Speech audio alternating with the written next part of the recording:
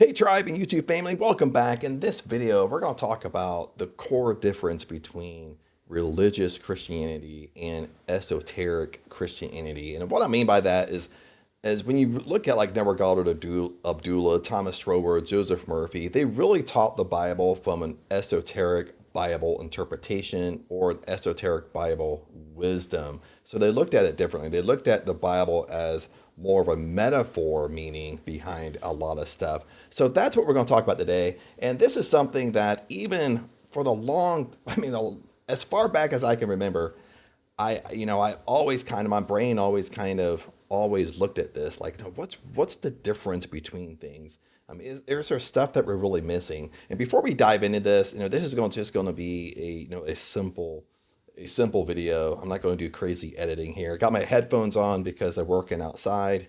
I can focus a little bit better, but I really want to hear your opinion about this. So comment below and let me know what we cover. Let me know how your thoughts are, if you agree with it, not agree with it, stuff like that. But we're not going to dive super deep, but really what's the core difference between religious Christianity and the esoteric Christianity, how Neville Goddard Abdullah taught. So let's dive into this and have some fun. So right away, what's the difference, okay, when we're talking about this? Is the esoteric view, I want you to listen to this real quick. Traditional views of sin are based in behavioral control and five-sense morality, while esoteric interpretation views sin as misalignment with consciousness, not just actions.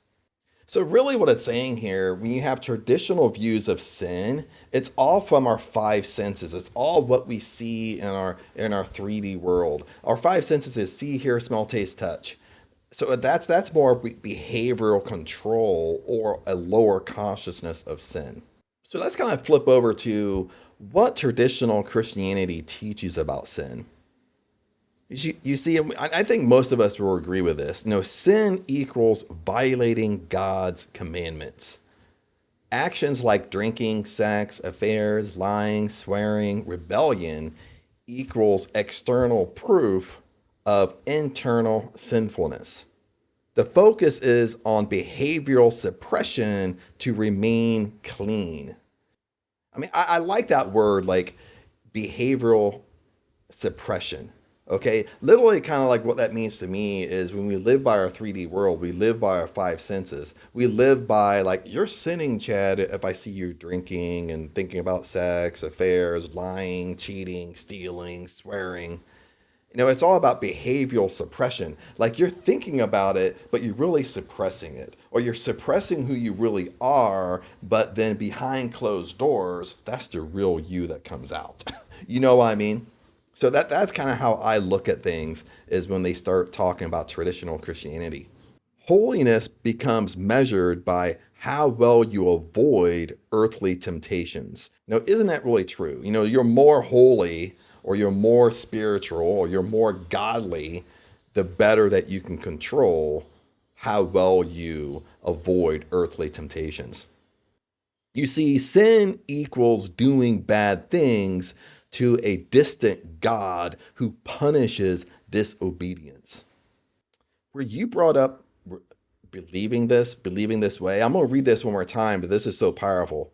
Okay, because I was brought up believing this way, or it's at least ingrained in you. You're hearing it from your parents, your grandparents, the church you went to, or everybody in a congregation.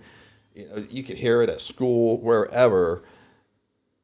And so many people have this view. This is why people don't like Christianity. This is why people don't like religion. This is why people, when you say God, they already have a knot in their stomach because this is what they believe. This is what they've been taught. Listen to this. Let me read it one more time.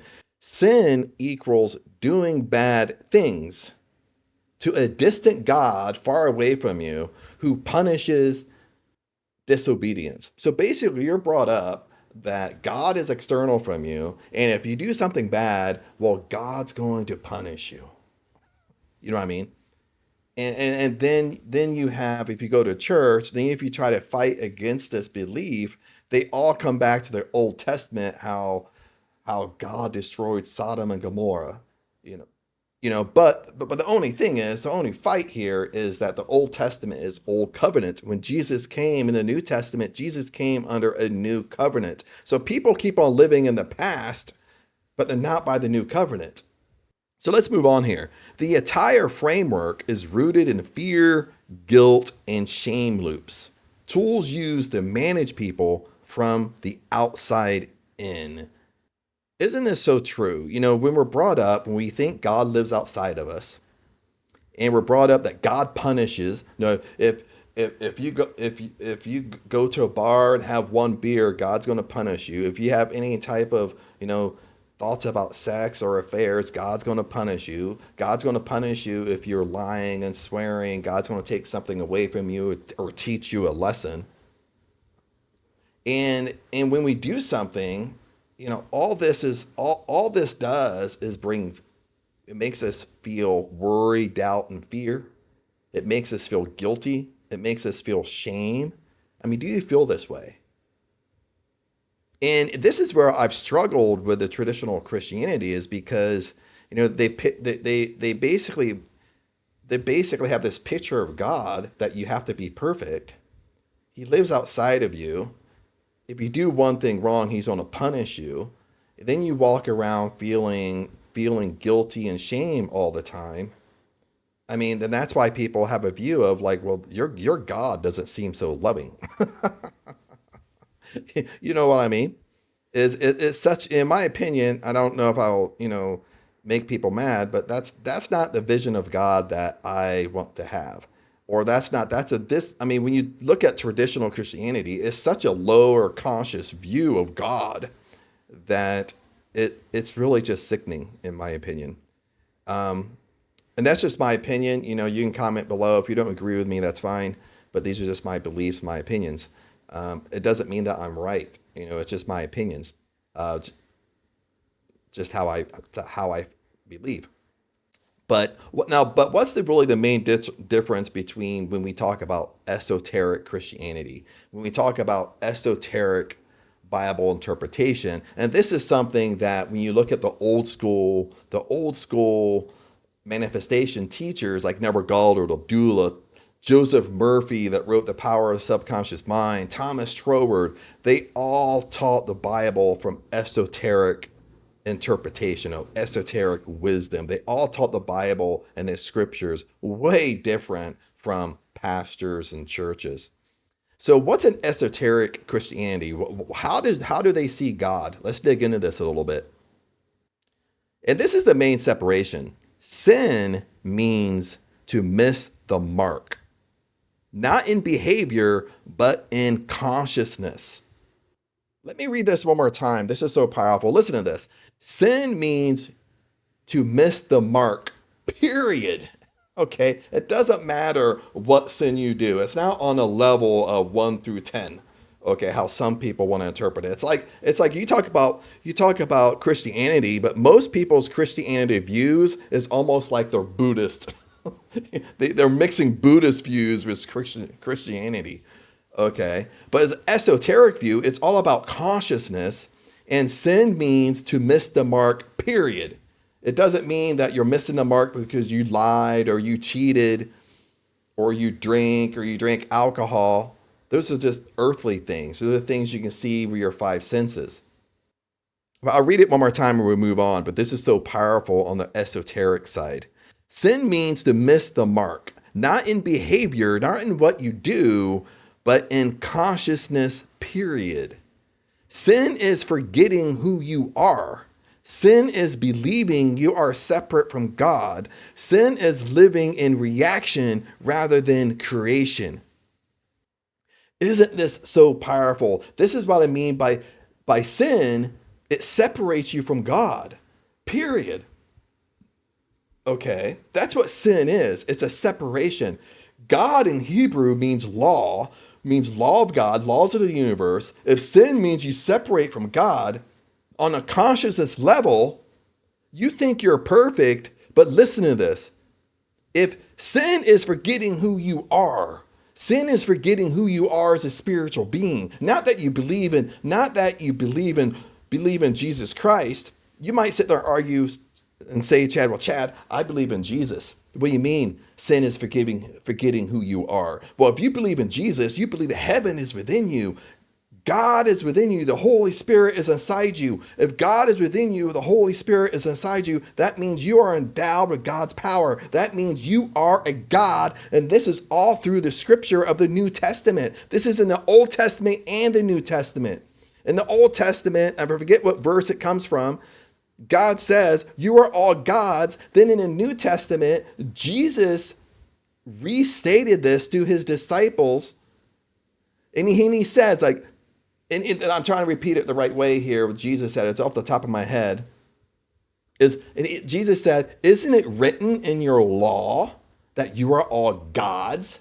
Then he goes on and says, Scripture cannot be broken. Since it was written in the Old Testament, once it's written, once God says it, it cannot be broken. So that is sin. If you believe you're not powerful, you are sinning. That's separation from God. If you believe that abundance isn't yours, abundance isn't your birthright, that is sin. That separates you from God from a higher conscious standpoint. Sin is believing you are separate from God. Isn't this amazing how Christianity, since we're a kid, we're taught that God lives up in the clouds somewhere with the Care Bears. God is separate from us in a different universe. See, if you believe that, you're already sinning because God is inside you. This is all over the New Testament. If you take almost any religion and you look at the basics, not that stuff that you disagree with. If you go to the basics of almost any religion, the basics are really the same, are so flippin' similar. A lot of you guys out there that you don't do your homework in this. You don't dig deep in this to figure this stuff out. Sin is believing you are separate from God. Sin is living in reaction rather than creation. This is what Neville Abdullah taught. What does that mean? Sin is you're reacting to your 3D world. You're reacting to things that you don't like. You're sinning because if God is inside you, you are the creator. This is why Neville Galder taught imagination creates reality. If I keep on hitting my headphones here. That's why Neville, Abdullah, Joseph Murphy taught imagination is God. Imagination creates reality because your imagination creates what you say creates rather than you react. When you react to something, it's telling consciousness around you that you're weak, you're in scarcity, that you don't have the power, which separates you from God. So on the esoteric views, so what about sex, drinking, affairs? You lie, you cheat, you steal. What about all these like 3D senses that you always hear in churches? See, on the esoteric view, they aren't evil in esoteric terms. They're expressions of consciousness. Listen to this. They aren't evil in esoteric terms. They are expressions of consciousness. The question isn't, did you do it? The question isn't, did you have sex outside of marriage? The question isn't, did you have an affair? The question isn't, do you drink alcohol? The question isn't, do you lie, cheat, and steal? The question is, from what state did you act? Isn't that so weird? It's twisting it. From what state did you act? At what state of consciousness did you do these things? Listen, sex from wholeness equals sacred union. Sex from lack equals validation seeking. Alcohol in moderation from celebration equals flow. You're in that flow state. Maybe something happened, you go out and celebrate and you drink. But the whole consciousness is your celebration. You're celebrating because something really positive happened in your life. You're still in that flow state. But listen, alcohol from escapism equals disassociation. You're drinking alcohol to escape from something. You're drinking alcohol because you're depressed. You're drinking alcohol because you had a bad day. You're trying to escape from your reality. At that point, it disassociates you from God. That's what it's saying. It's It's your state of consciousness you're in when you do these actions. Adultery in esoteric teaching isn't first physical, it's symbolic. Listen to this. Adultery in esoteric teaching isn't first physical, it's symbolic. You cheat on your true self every time you assume you're less than divine. Isn't that deep when you talk about adultery on an esoteric view? So you're not just cheating on your wife or your significant other. You cheat on your true self every time you assume you're less than the divine. Every time you do anything, every time you assume you're less than the divine, you're sinning. That separates you from God, from a higher consciousness. Now, what did Neville teach about this? What would Neville Goddard's esoteric view be? Sin is not a violation of moral codes. Sin is falling short of your concept of yourself. You can't do anything unless you first believe it's who you are. Listen, some of this stuff goes so deep. I'll read this to you one more time because I really love this. Neville Goddard's esoteric view. Sin is not a violation of moral codes. Sin is falling short of your concept of yourself. So the whole concept of yourself, if you're in poverty and you constantly think lack and scarcity and poverty consciousness, you're sinning because that separates you from the divine. That separates you from God. That separates you from your true concept of self. And what Neville Goddard is saying is that your true concept of self is the great I am is inside you. Abundance is your birthright. You have all the powers of God. You're endowed with God's power. I mean, what you say is a commandment. What you say, your life has to transform in that direction. This gets deep. I'll read it one more time. You can't do anything unless you believe it's who you are. That's why when you talk about manifesting is a giant mirror. What you believe to be true on the inside, what you believe to be true for you, has to be shown to you in your 3D world. This is what this is saying. And remember, your subconscious mind, your spiritual mind, but your subconscious mind doesn't play favorites. When you talk about God's law, universal law, you talk about higher consciousness, it doesn't play favorites. It doesn't like you more than it likes me, or vice versa. It's not trying to find out what's better for you. It's literally just giving you what you give it. If you constantly feed it negativity, well, negativity has to be shown to you in your 3D world. If you constantly give it positivity, the same thing happens. Positivity has to be shown to you in your 3D world. It's as simple as that. If you murmur and complain all day long and you wonder why you don't like your life, well, it's because you're murmuring and complaining all day long. So let's go back to this. So the esoteric lens doesn't focus on controlling actions. It focuses on realigning to your identity. I read it one more time. So the esoteric lens doesn't focus on controlling your actions, controlling the 3D world, or controlling your 5 senses. It focuses on realigning to your identity, realigning to your true self, realigning to that successful version of you. Why would you realign to it? When you realign to your true identity is powerful because God is inside you. The great I amness is inside you. The power you have, you just have forgotten. And Neville Goddard states this in all of his live lectures. He always states, have you forgotten that Jesus Christ lives inside you? See, we as a spiritual being, we have forgotten the powers that we possess. And since we have forgotten, that separates us from God. That's sin. Pure and simple, but at a higher conscious state. Okay, let's wrap this up. What's the final truth here? The traditional church uses sin to discipline behavior. Esoteric truth uses awareness to liberate identity.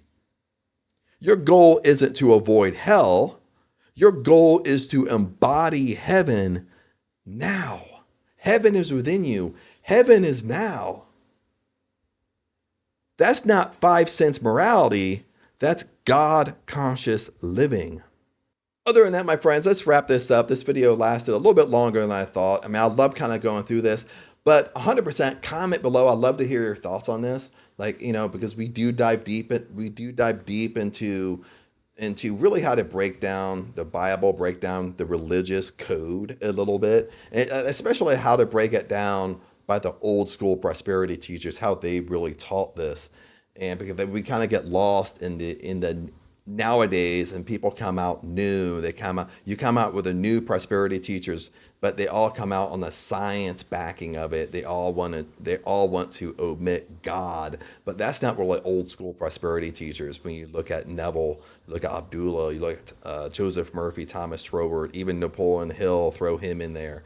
And there's many others in there that kind of taught this stuff that's not as popular as the ones I said. But comment below. I'd love to hear from you. Other than that, peace be with you. Blessings to you. Remember, I love you guys, and I'll see you in the next video.